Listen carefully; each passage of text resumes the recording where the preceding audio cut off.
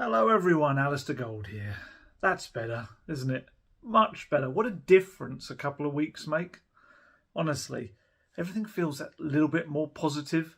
That was a cracking victory. It really was. It was, as important wins go, that was right up there. Hopefully that's a template now for the rest of the season. Yeah, and what was interesting was Conte rang to speak to people in the dressing room. Apparently, I think I saw Stellini had said he'd actually left a few messages that people didn't even see. So I don't know whether during the game he was trying to get tactical instructions, but Stellini had been quite clear with us, to be fair, in the press conference, that there would be no contact after. I think they're allowed to have contact, but I think it was just decided that maybe it was better for Conte maybe not to get himself worked up and feel that he had to give instructions, and just for the coaching staff, I guess, to be able to operate independently.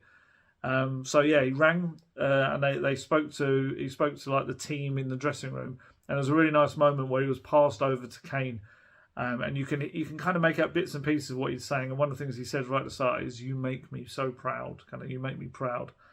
And you can see he's got a close bond with Conte, as all the managers, with Kane, as all the managers seem to do with Kane as well.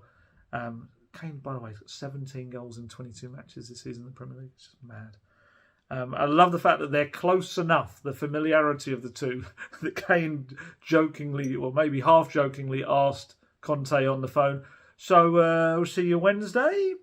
to say, well, you could hear Sonny chanting in the back going, 2 days off, 2 days off. I think he only gave them the one, by the sounds of it. But I just love the fact that they were trying to squeeze a little bit extra out of him. Because, yeah, we don't know when he'll return from Italy now for you'd think he'll be back for the Leicester game. You would think that having it was a close enough call, I think, for yesterday's game. I think it was on the Saturday night, quite late, the decision was made that he wasn't going to come. So you'd think that would put in place for him to be back for the Leicester game. Don't know whether we'll get him for the press conference on Thursday. You know, I think I said this before, that sometimes you need a moment that just to spark a performance and get the crowd up. I always remember the Man City game last season under Nuno. It was Japhet Tanganga went in for a crunching tackle. I think it was on Grealish, funnily enough.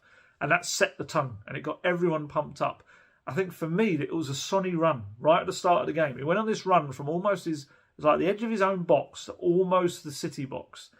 And it got lost at the end, but it was just something about the run itself that started to whip everyone up, and it got Son's confidence up. And I felt that he and Kulusevski, although directly they didn't contribute to the goals or anything, I just felt they were such a threat that it always had City's backline a bit nervous about committing too many men forward. And another player who was absolutely terrific yesterday, less expected, I'd say, maybe than Harry Kane, Emerson Royal. You know me, even if it's players I've criticised and everything, I don't do agendas. I don't do that. I don't want anything colouring my view on something. That's my aim as a journalist, is to try and be objective, whatever. Even of previous things I've said, I want to look at everything as a fresher situation as I can. And you cannot get any better example of that than Emerson Royal. He was brilliant yesterday. In my player ratings, I gave him a 10. He was my man of the match. It's very difficult to give 10s to like defenders and stuff, because often when you dish out 10s, it's because, I don't know, like a striker's scored a hat-trick, or someone's got 3 assists and a goal, or maybe can get away with a goalkeeper making just a string of constant amazing saves. But it's difficult with defenders. But I felt he just was that little bit above everyone on the pitch. He gave everything he could to that match yesterday. And I just loved the timing of it. I thought that was brilliant. I thought, after everything that's happened in the last month or so, don't forget, on New Year's Day, Emerson Royal was being ironically cheered off the pitch by an entire stadium of people who wanted him off of their pitch.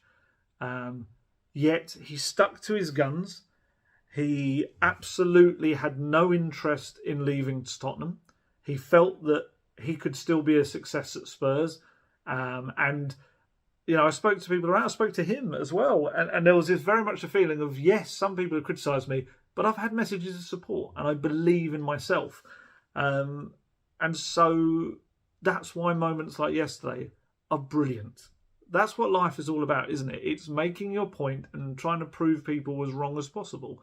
And look, he's not going to prove everyone wrong. And there will definitely be some areas that we know he needs to improve. Stellini said it afterwards. I've got a quote to come about it. But he was terrific. He was absolutely brilliant. You know, this is a guy who had to turn replies on his Instagram posts off or restrict it just to people he followed because the abuse he was getting was so bad. Yet here he is, puts in the best performance he's put in a Spurs shirt by a country mile, and he's had some good ones, especially against Man City, which made actually his inclusion not as mad as it seemed to maybe the outside world when you've got Porro kind of had just come in, Pedro Porro. But he was brilliant. And on Sunday night, I looked at his Instagram and he just put up a post with the simple message that said, "This is my team, this is Tottenham." And I just thought it was beautiful. It was so perfect. It was such a lovely kind of, just a way to top off his day. It's just, you know, he's seen off Matt Doherty and Jed Spence. Everyone expected him to be the one at the bottom of the pile that would go. He wasn't. They did. He actually turned off the restrictions on replies. I think he has in the last couple of games because obviously he's been playing quite well. Results have been good. There's less angry people out there. And you know what? I looked through some of the replies and there were a few apologies there. People actually saying, sorry, we were too harsh on you and stuff. I said there, Pedro Porro, I think this was the big thing as well, was how would he react to having this £40 million right wing back come in, who clearly is going to be the right wing back for the future. That's the idea. But it's almost like he gripped onto his position in the team, Emerson Royale, and said, no, you're not just having this for free. You have got to fight me to get this off me. And that's absolutely what he did. And do you know what? It would be the harshest decision in the world to take Emerson out of the team against Leicester to put Porro in. The only thing I can think of is Romero's suspension. Maybe he slots him in at right centre-back and plays Porro as well. Although I kind of get the feeling at Davinson Sanchez that they'll feel that he's earned that with a really good performance against Preston. And again, he came off the bench and was quite good in the last 8 minutes or so. Very, very solid. But yeah. Oh, I should also point out on Porro as well, another reason. I don't think he would have started anyway, because Conte hasn't had a single training session with him. And of course, they trust Emerson in these big games at the moment. Oh, sorry, got a weird kind of cold twitch there. Porro's had a bit of a bug in the last couple of days. It's the Tottenham way, isn't it? You turn up and then something goes wrong. But they've had a few bugs and little things have been going around the camp in the last couple of weeks. I mean, you saw Harry Kane was off. I think Matt Doherty also was struggling with it a little bit as well. And from what I understand, Porro was a bit under the weather in the last few days ahead of the game. So it was well enough to be on the bench. But I think that would have also played its part. And it's probably why we didn't see him at all even make his debut.